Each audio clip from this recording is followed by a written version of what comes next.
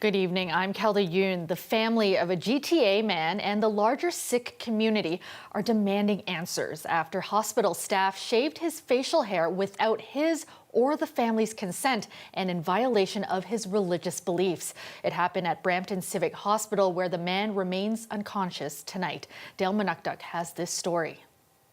I'm just still trying to figure out when he wakes up, if they put a mirror in front of him, how he's going to react to, hey, what happened here?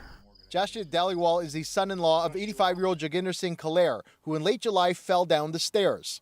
Any bone that we could think of was damaged in his body, right?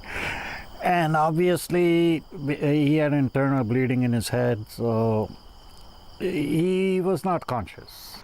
Kalair was taken to St. Michael's Hospital in Toronto, where he was treated for a month and then transferred to Brampton Civic, closer to his family.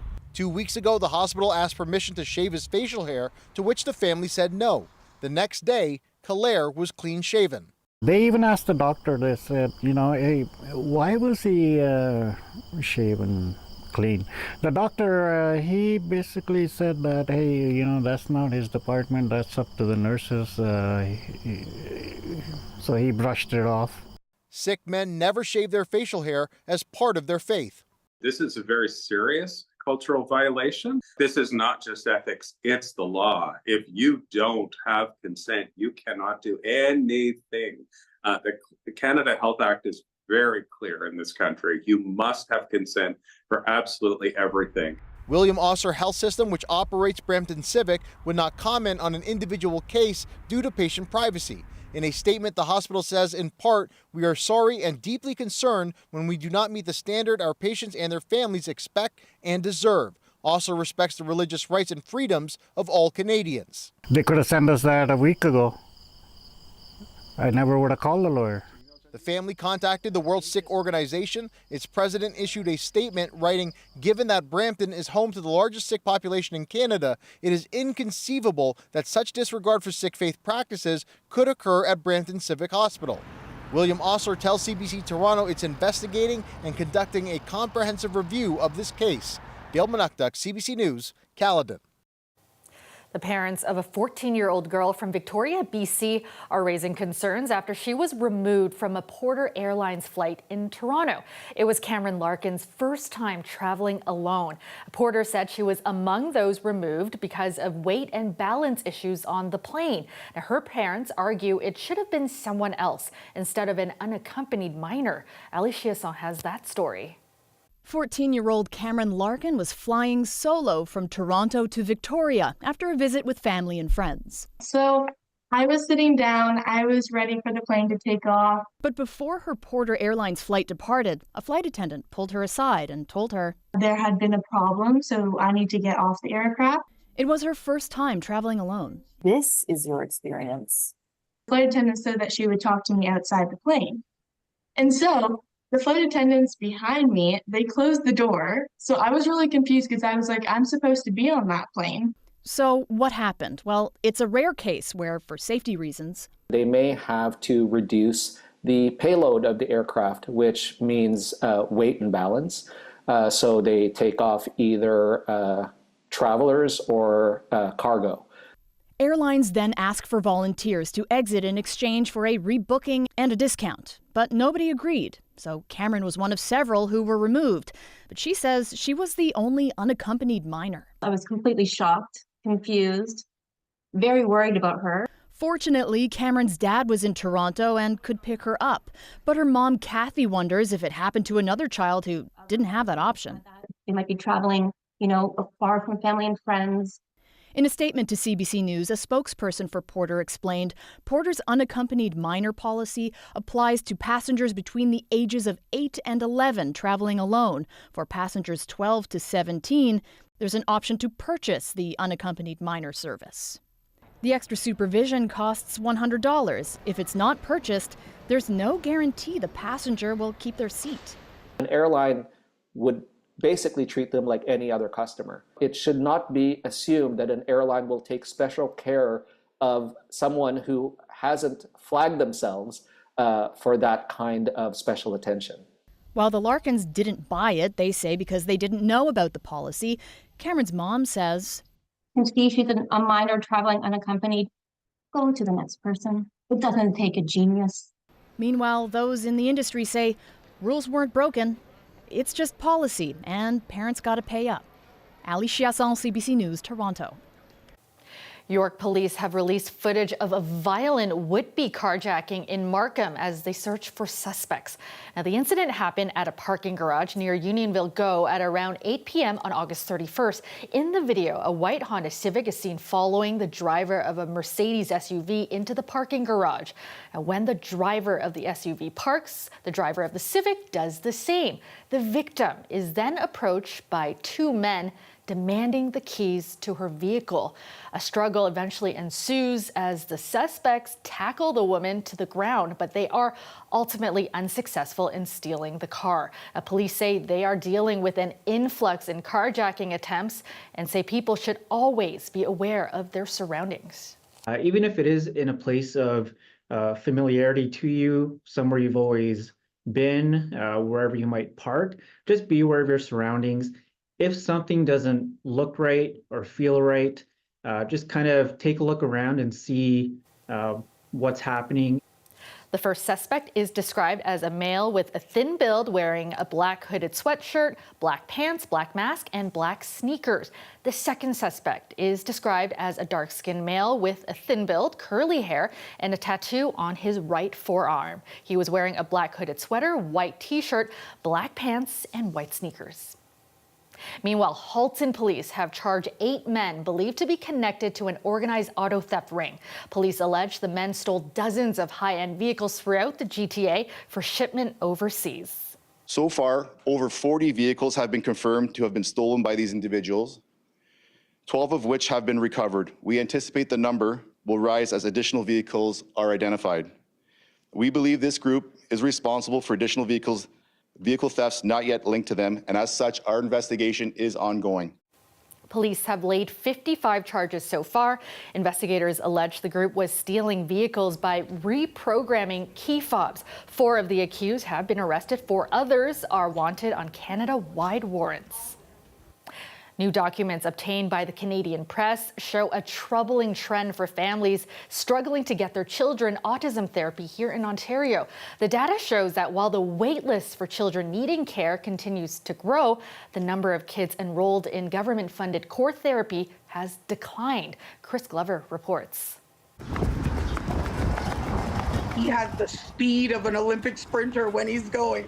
He's an eloper, and he will find the opportunity to disappear. And you can see in the video, he runs into some trucks making grindy, loud noises, and he panics. Kirsten Marcelin's 5-year-old son, Regis, was diagnosed with autism at 2 years old. He's expressing himself by hurting himself, and it's horrible to watch. It's heartbreaking. So we've taken advantage of everything that's available to us. The stay-at-home mother of 5 has enrolled Regis into studies to get him care, even paying out of pocket for services she can barely afford. 3 years post-diagnosis, and she's still waiting to get him provincially funded autism services. We don't know where we are on that wait list. We have no idea.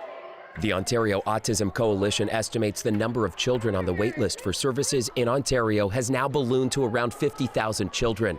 Yet even with that growing wait list, during some weeks this year, new data obtained by the Canadian press finds the number of kids receiving care actually declined. The first 2 weeks of June, for example, 70 fewer kids were receiving treatment in Ontario.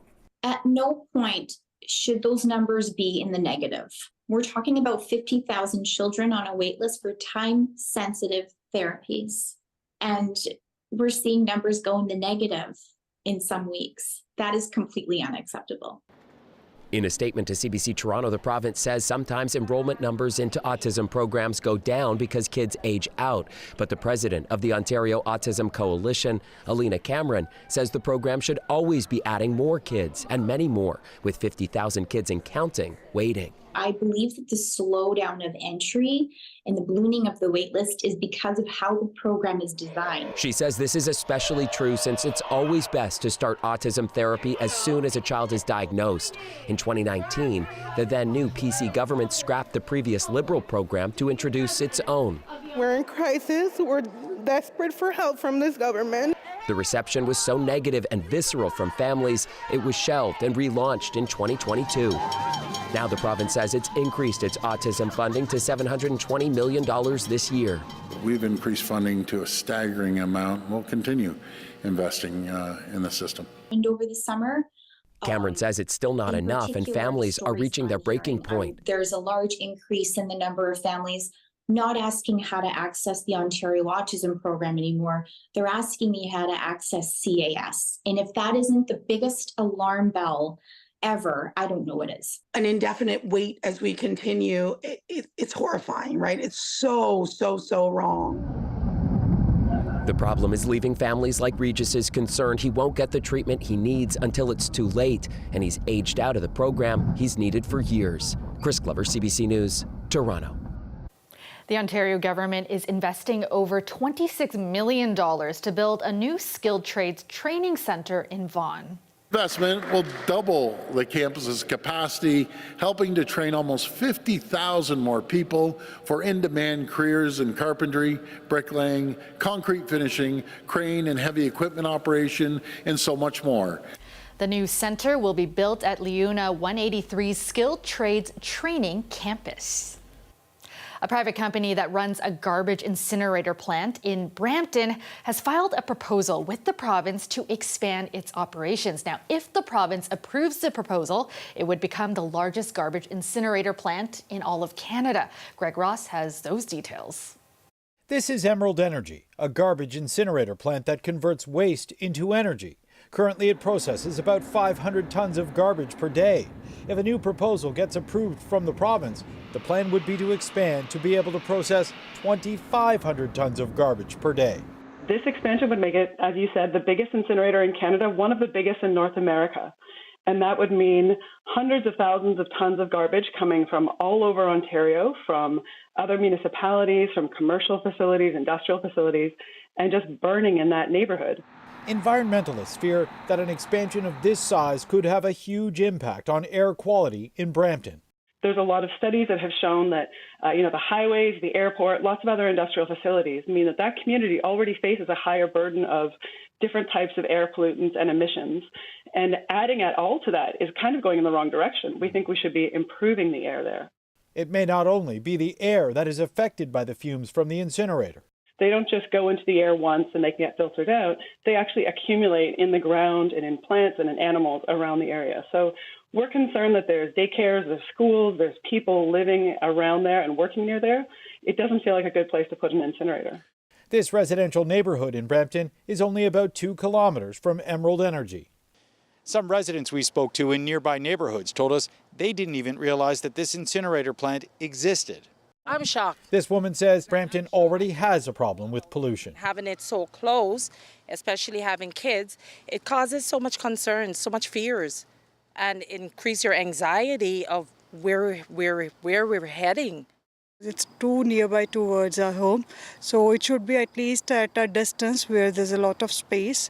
CBC News reached out to both Emerald Energy and the province, but have not received a response.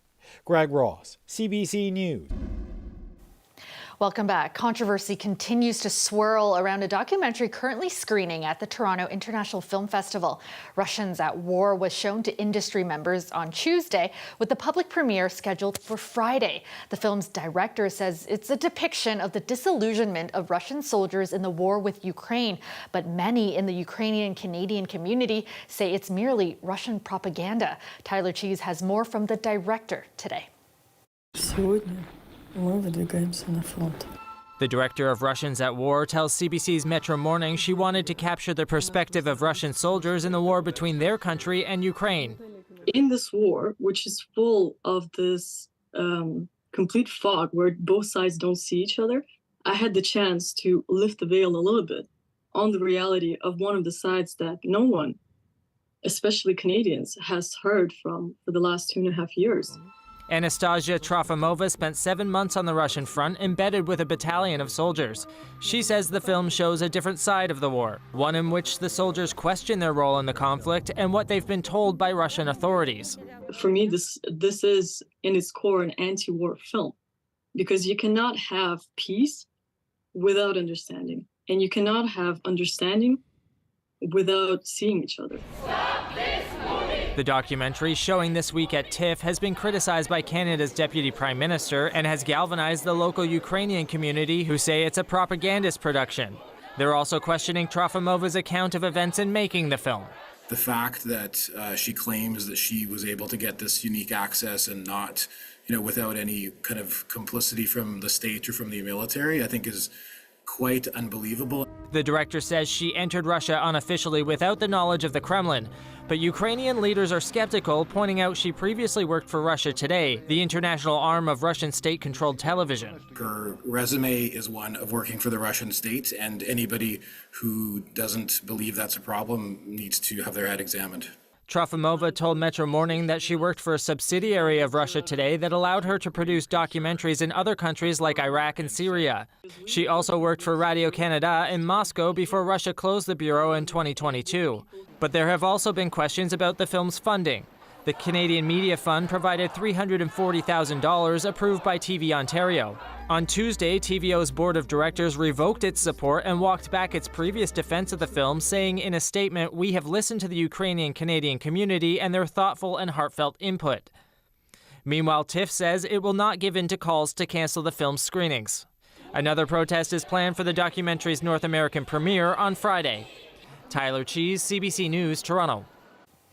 The hunt for a missing lion is over, and one of Canada's most intriguing crimes has been solved. The famous photographic portrait of Winston Churchill that disappeared from the Chateau Laurier Hotel in Ottawa has now been found in Italy. Nicole Williams has this story.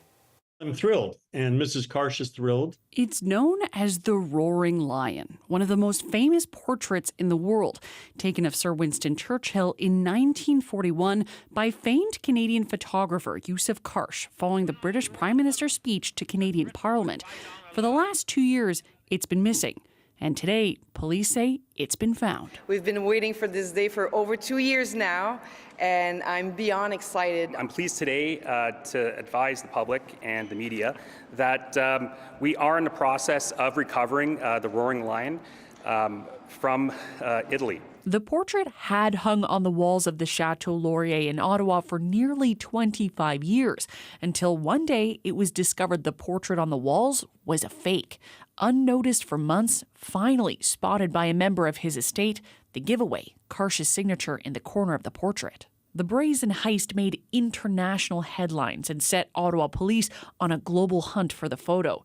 A key clue, the most recent picture of the real portrait was taken on Christmas Day in 2021, and the fake in its place by January 6th, 2022. I just couldn't believe that someone could actually do that. Now, 2 years later, investigators confirmed they were able to track down the photo in Italy. The portrait was purchased from renowned London auction house Sotheby's. Police say neither the buyer or seller were aware that the piece was in fact stolen. And while the details of the investigation are being kept quiet for now, police arrested a 43-year-old man from Powassan, Ontario back in April. He's been charged with theft, forgery, and trafficking stolen property. Canadian officials will be heading to Rome later this month, where the portrait will be returned during a special ceremony and eventually brought back to the hotel to hang in its rightful place. Nicole Williams, CBC News, Ottawa. Welcome back. And did you get your ticket yet? The next Lotto Max jackpot winner will be bagging a record-breaking amount. $75 million is up for grabs this week, the largest prize in Canadian history. And if there's no winner on Friday, that jackpot will rise to a staggering $80 million. A fun fact, the last 5 Lotto Max jackpot winners were here in Ontario. The odds of collecting the top check are 1 in over 33 million per play, but hey, could be your lucky day.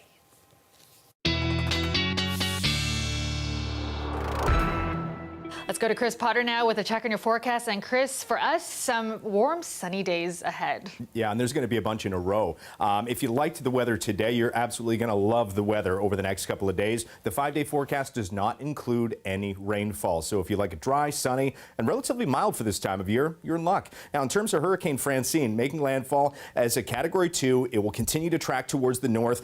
Significant rainfall is expected, especially across Louisiana into Mississippi. It looks like upwards of 200 200 plus millimeters, so inland flooding is definitely quite possible. Obviously, storm surge can cause some coastal flooding and coastal damage, and of course, you have to deal with the winds, which will continue to decrease as it migrates towards the north. It will lose its characteristics as a hurricane or a tropical system, and it's basically just going to stall there near Nashville, Tennessee. And what will that do for our forecast?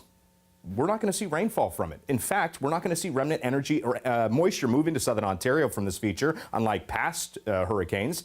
It's actually going to reinforce what's known as a blocking pattern. Weather enthusiasts might recognize it as a Rex block. It's going to sit there, what's left of it anyways, and then we have an upper ridge across Ontario, and that's basically going to just provide us with high pressure at the surface that will be locked in place, anchored, if you will. Temperatures will be increasing over the next couple of days, nothing dramatic. Normal daytime high for this time of year is around 22.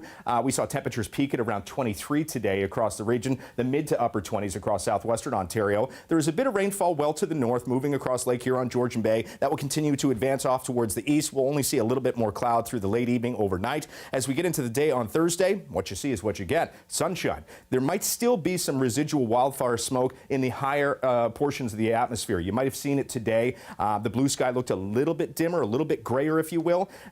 So there's nothing really to flush that out because of, once again, that developing blocking pattern. But if you like it sunny, I can't even show you anything on this precipitation outlook map. There's nothing to show you, even into Saturday, and for that matter, into Sunday and Monday as well. In terms of the overnight lows tonight, fairly typical. 14 in Toronto, 15 in Windsor, 14 in Ottawa. A little bit cooler inland away from the lakes. Temperatures tomorrow in the mid to upper 20s, feeling like the upper 20s to the low 30s. And if you like the sounds of that, that's basically our story running through this forecast. Friday, sunshine, highs around 27. 26 for us on Saturday, more sunshine. Sunday, a little bit of scattered high-level cloud, but otherwise a bright, beautiful day. Similar story on Monday with a high again at 27. It's into Tuesday and maybe Wednesday that we could see. It's not even a guarantee, Kelda, a couple of drops of rain, but at this point it looks dry today. Yeah, a lot of people will be happy to see that forecast. Thanks so much, Chris. You got it.